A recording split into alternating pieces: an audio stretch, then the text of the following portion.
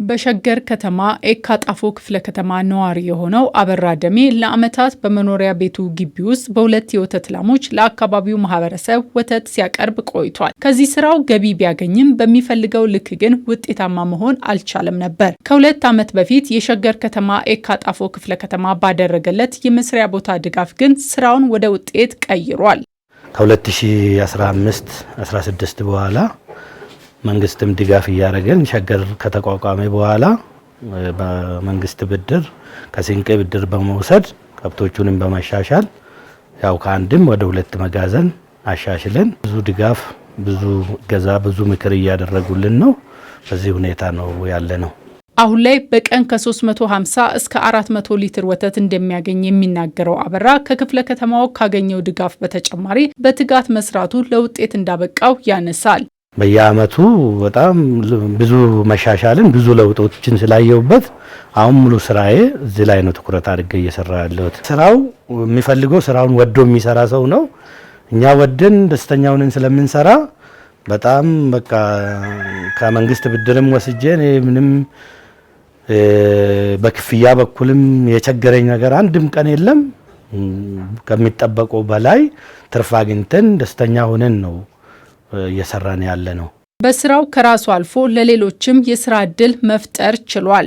ጧት ከተነሳው ጀምረን እንጠርጋለን።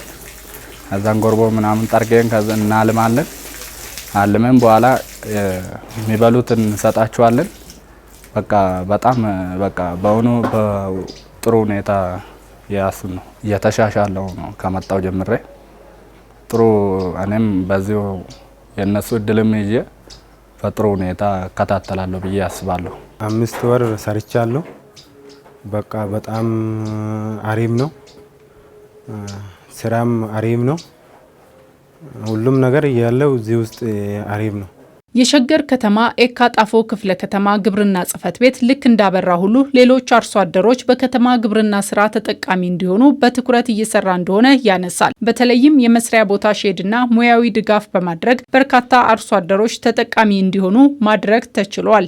ብዙ ነገር እንሰራለን። ለምሳሌ በወተት ላይ፣ በማድለብ፣ በንብ፣ በዶሮ ላይ አንድ ከቻሉ በግቢያቸው ካልቻሉ ደግሞ ከተማው ያለው መሬት ላይ መሬት ወስደው ሼድ ሰርተው እንዲለወጡ ብዙ ነገር እንሰራለን። ዘንድሮም እየሰራን ያለን አለ፣ ባለፈው አመት እየተሰራ አለ። ስለዚህ ደግሞ ምን ተለወጡ የሚለውን ደግሞ ወደ ኋላ ተመልሰን ደግሞ እንገመግማለን እናያለን ማለት ነው። ብዙ አርሶ አደር አሁን ከተረጂነት ወደ ረጂ መሆን አልፏል። ወደ ኢንቨስትመንትም እየተሸጋገሩ ነውና ብዙ ነገር ትርፋማ እየሆኑ ነው። በክፍለ ከተማው የከተማ ግብርና ስራ የአርሶ አደሩን ህይወት ከመቀየር ባለፈ ለሌሎችም የስራ እድል በመፍጠር ረገድ ከፍተኛ ሚና እያበረከተ ይገኛል። አሁን ለምሳሌ እዚህ 4-5 ሰራተኞች አሉ የሚሰሩ፣ እዚህ ጋር የሚሰሩ አሉ፣ እዛ ጋር የሚሰሩ አሉ፣ ላሞቹን የሚንከባከቡ የሚያጥቡ አሉ፣ የሚያልቡ አሉ፣ ወተት የሚያመላልሱ አሉ። ስለዚህ ከራሱ አልፎ ከቤተሰቡ አልፎ ለሌላ ስራ አጥ ስራ እየፈጠሩ ነው። ያ ስራ የተፈጠረለት ደግሞ እዚህ እንዳይቆይ ይሄንን አይቶ ከሱ ለምዶ ደግሞ እሱ ደግሞ ይሄን ነገር መልሶ እንዲሰራ እሱም ደግሞ ሌላ ሰው ቀጥሮ ለሌላ ሰው እንዲተርፍ እያስተማር እያሰለጠን